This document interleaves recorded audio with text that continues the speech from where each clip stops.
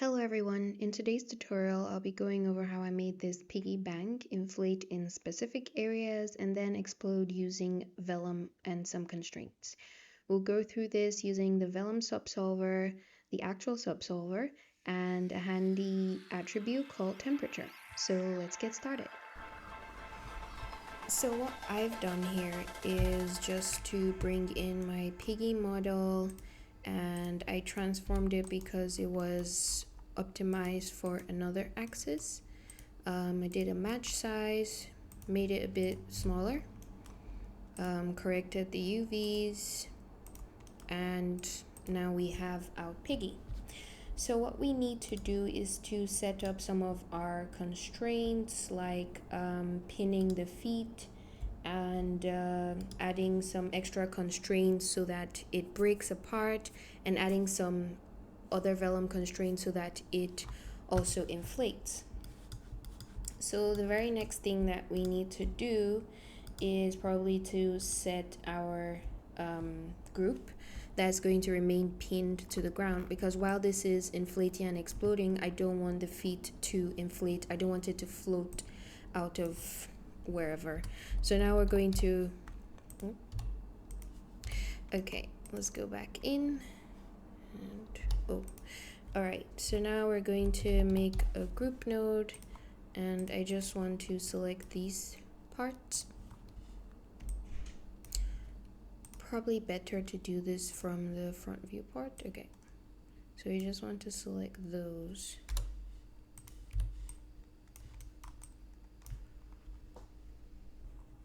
So if it selects more, then we can just remove some of these.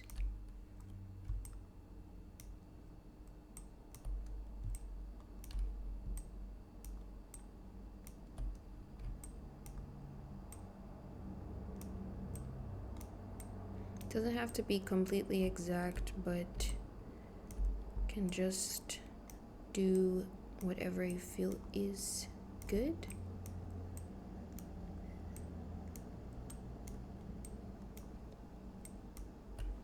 Okay, so we have our feet, and we should name this. I can call it feet,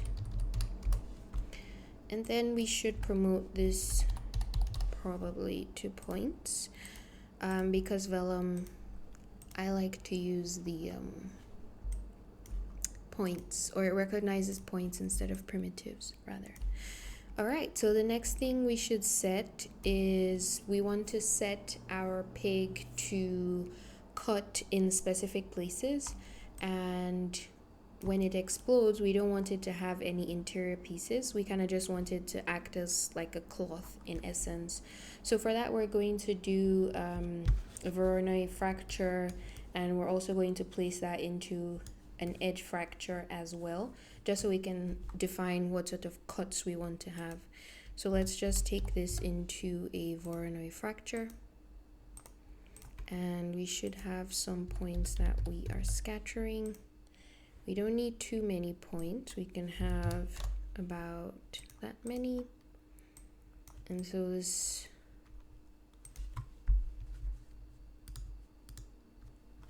will give us some fractures on our pig. Then from there, I want to create an extract centroid. And the purpose of this is just to get points on each of those pieces that have been cut by the Voronoi fracture, and it also gives us that name attribute here. All right.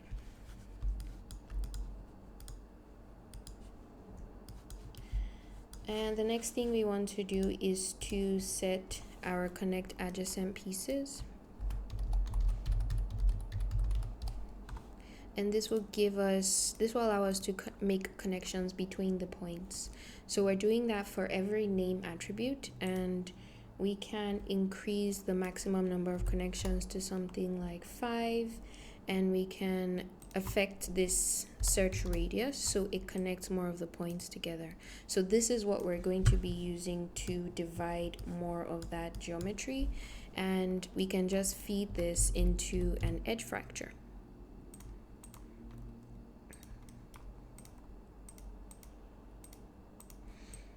All right, so when we feed it into the edge fracture, we don't want there to be too many pieces, so I'm going to set it at 2 initial pieces, and we can take a look at what this is doing with our exploded view.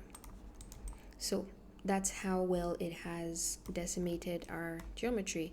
And the reason I'm doing this way is because if I do it with the Voronoi fracture, we still have some internal pieces. It cracks it more like concrete, but this removes all of those internal pieces and it allows me to have more of a surface level fracture, kind of like what you would see in cloth.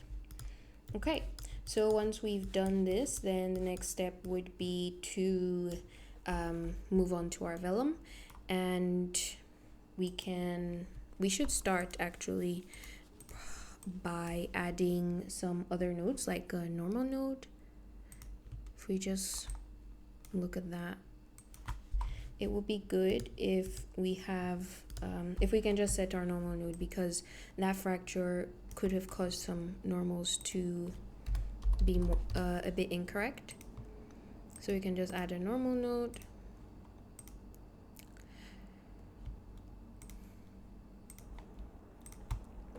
So we can just add our normal node, and then we can add a vellum cloth node.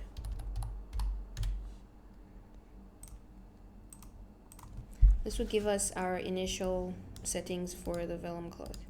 And what we want to do here is not much.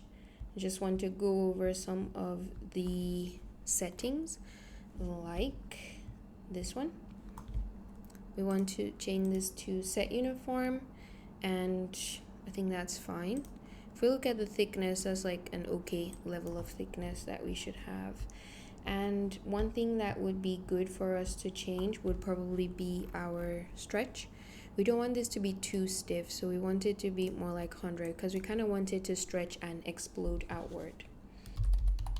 So next thing we want to do is just to type our vellum constraint.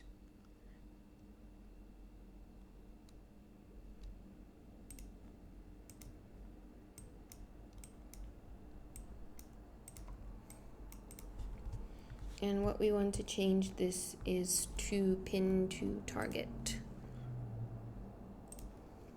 We want to set it on point, and we want it to be for the feet.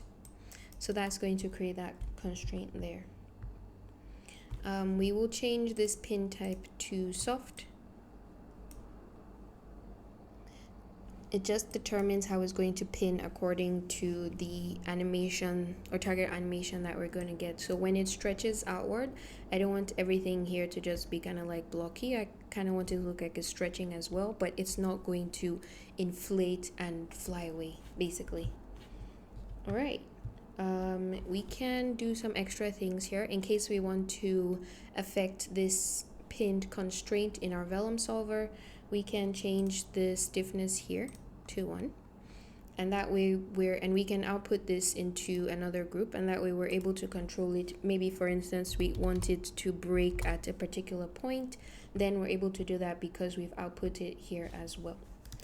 Okay, the next thing that we should probably do is to set our stitching constraint, because right now we've cut all of this pig into very little pieces. So if we put a vellum solver now, it would probably just fall down from those points. So if we just put it like that, I'm not sure gravity will be enough, but oh yeah I did add a ground plane. But basically what happens is it's pinned the feet, but then also like none of the pig is attached to the other part of the pig because we've cut it. So in order to fix that, we need to add a stitching constraint. And for this one, we just want to say this should be stitch points. All right, and we should probably make a stretch output group as well.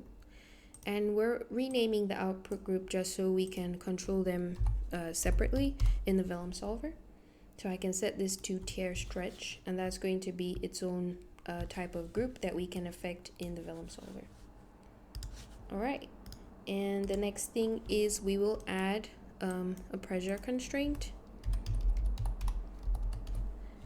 and constraint.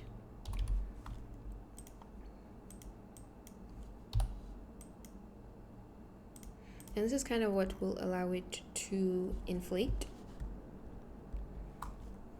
So let's say what we want is pressure.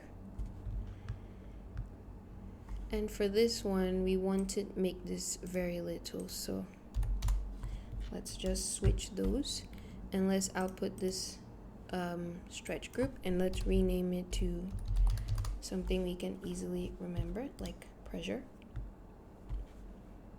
Okay.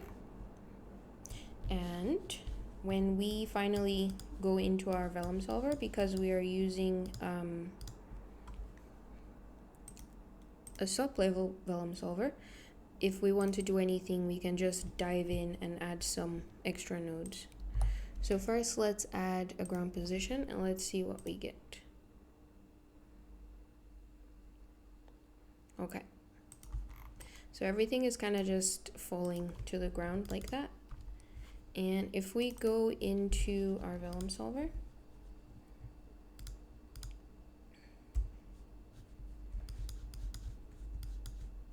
we can add some Vellum constraint property nodes, and this is what we can use to affect some of the groups that we created out there.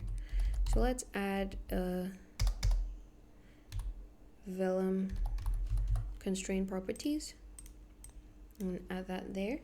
And for the first one, let's say we have the tear stretch, we have pressure, and we have pin stretch. Okay, so for the first one, we're going to affect the tear stretch, and what we want is we want to set that breaking threshold to like 0.1, right? And we're going to use Vex to like affect this, but basically if we set that to 0.1, then we see it's less likely to like break apart the way it did before. The next constraint property we want to add is the constraint property for the pin stretch.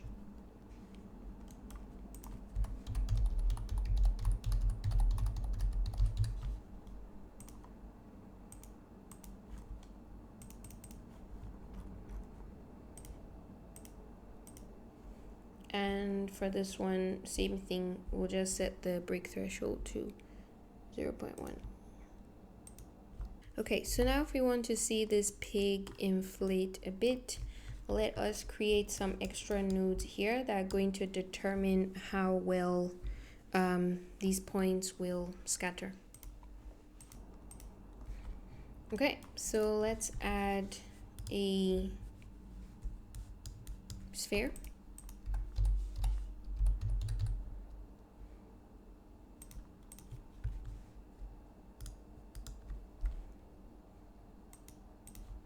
I want to change that to a polygon, maybe increase that frequency to there. I think that's fine. Let's look at the size of that.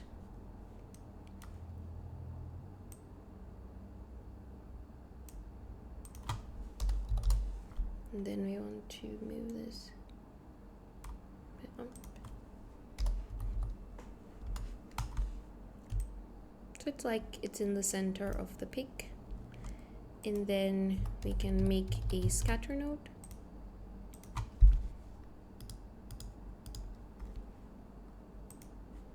That gives us that number of points.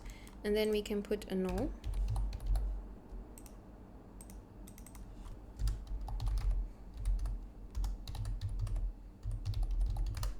I'll force explode. All right. So when we go back into our Vellum solver, then what we can do is to add a pop attract node, which we can add here.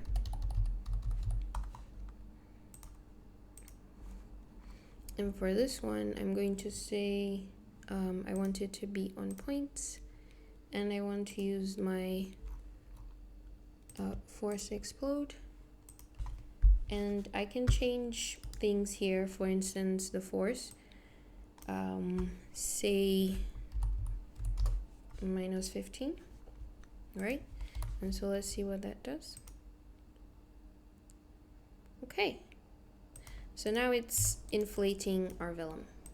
But now we've stitched our points together. So at a particular point, we need our points, the stitch to kind of break, and we need the feet as well to break so we don't get this ugliness going on underneath it. All right. Okay, so if we're going to control where we want it to inflate, we need to set up a new attribute, which I'm going to do on the other side. The first thing I want to do is to create a subdivide node. And I want to change the depth to something like 2.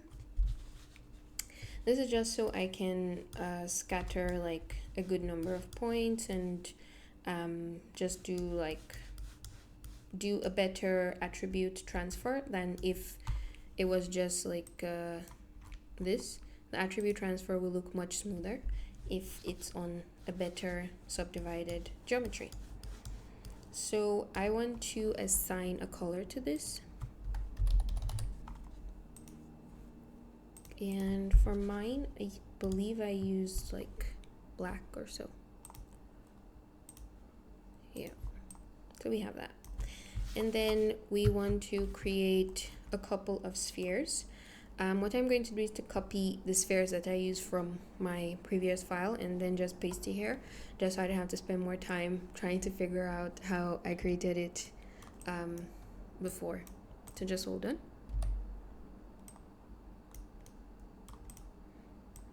All right, so I've copied the nodes here. I was trying to do a mounting node before, but I didn't like how it looked, so I just have these spheres that I've moved into different parts, and I think some of them are animated as well. So you have this one which kind of just grows. Where is it?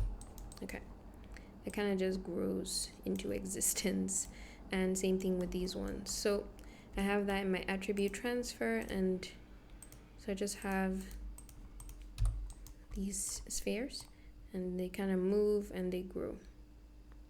I think this one is, no, I didn't use this one anymore. Yeah. Okay, so in the attribute transfer, we can see like this is what it does. It starts off with the ears and then the nose, and I think there's one at the tail end. Yep. And then everything just grows until it covers the pig. Okay. So after doing this, I'm just going to put that in another attribute. And on points, I can say if at cd.r is equal to 1. I know you can write it in a shorter way. This is how I learned it from Matt Estella, and I just kept writing it like that. It's convenient. So we can put temperature is equal to 1.0, and I'm putting the 0.0 because it's a float attribute. So if we go to the technical layout, we can see now we have temperature where CD is equal to R. All right, the next thing we want to do is to blur that. So we can make an attribute blur. And I want to blur my temperature. How much I want to blur it depends on what you want. I think I set mine to 22 and just set it like that. Oh, blurring P as well. Okay, so it's only this one. I don't think it really did too much for it, but yeah. All right, and the next thing we want to do is we're going to promote that. The next thing we want to do is to promote that temperature attribute.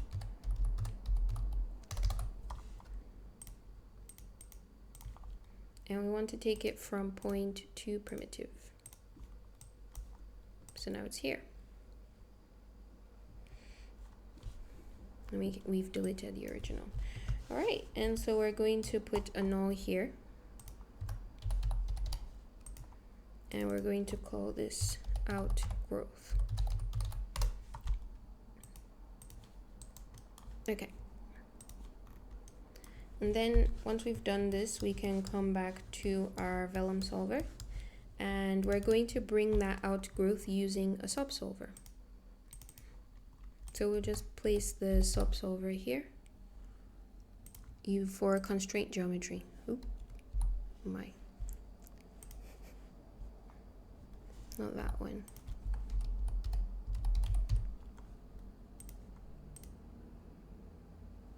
Oh, okay. Maybe it is that one. All right. So for this one, I don't want that. And I want this to be on the constraint. And the reason is because we've been working on all of these. We've been working on constraints. So this also is going to affect the constraints. I don't think I changed anything else here. So if I go in, I feel like this is a lot of things I didn't use. So I'm just going to delete them. All right, so we have our dop input, and then we can do an object merge. And this one, I'm going to bring in my outgrowth in here. And I want to set my attribute transfer here.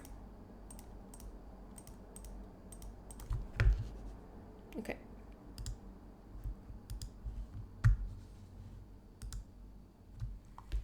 And the attribute I want to transform or transfer is temperature. Ooh. Okay. So the attribute I want to transfer is temperature. And then I'm going to add an attribute wrangle here. And what I want to do is to run it over primitives, because this is constraint geometry. And I will say if at temperature is equal to 1,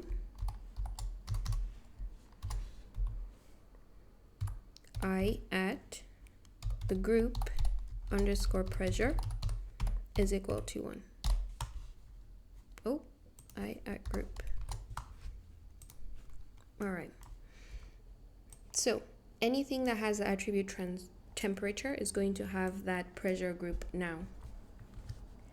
And I want to add one more attribute wrangle.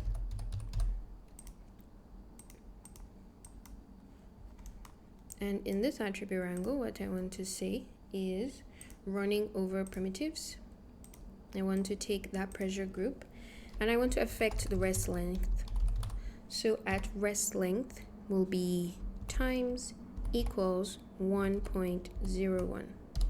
Just adding a little to it. And the thing I wanted to do is set an extra rest length depending on the frame. So the frame of explosion for me was frame 99. So I want to say if at frame is greater than 99, I want to say at rest length is going to be equal to 0.4. So at that point I wanted to stop the explosion, or because the rest length really what it does is affect the stretchiness of the cloth or of the vellum, and it's just going to make it a lot looser. So once it's reached that inflation point, which I'm going to set in my pop attract, then I don't want it to keep doing that anymore. I want the pop attract to take over. All right, I want it to kind of shrink once the pop attract has taken over. I no longer want it to just keep expanding. Okay, so if we just go back out, in my pop attract, I'm just going to change something. I want to change the activation of this to $FF. And once it's greater than 99, that's when I want this one to take over and explode it. And I'm going to change some things in my constraint property to affect the breaking threshold. So, okay. All right, so for this one, which one am I on? This is tear stretch. I think I use the same for all of them, so it's fine.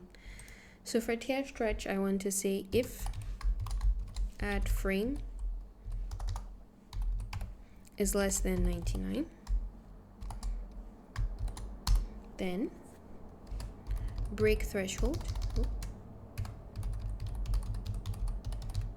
is going to be equal to -1, meaning it's not going to break. That's what this is called, break threshold. That's the parameter. So once the frame is not less than 99 anymore, I need to close this and then go to another line and say else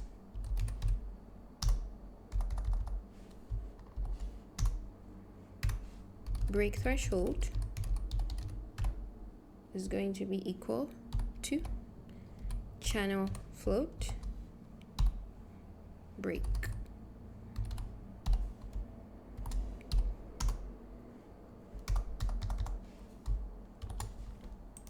And just create that.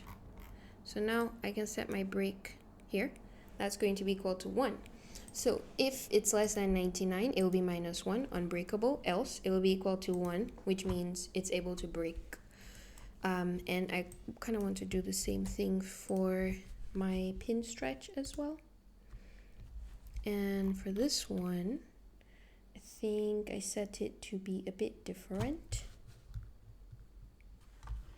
I'm just going to click use vex pressure. And I think all I changed here was frame 10. Because the longer it stayed pinned, then the more it was going to affect when it exploded. So I think that's about everything I did, but let's try it out first and see what we get. So this is what you get once you've done all of those settings. One thing I did change was I changed my frame per second to 48. What I did was to animate this distance threshold just so the attribute would not be transferred as quickly.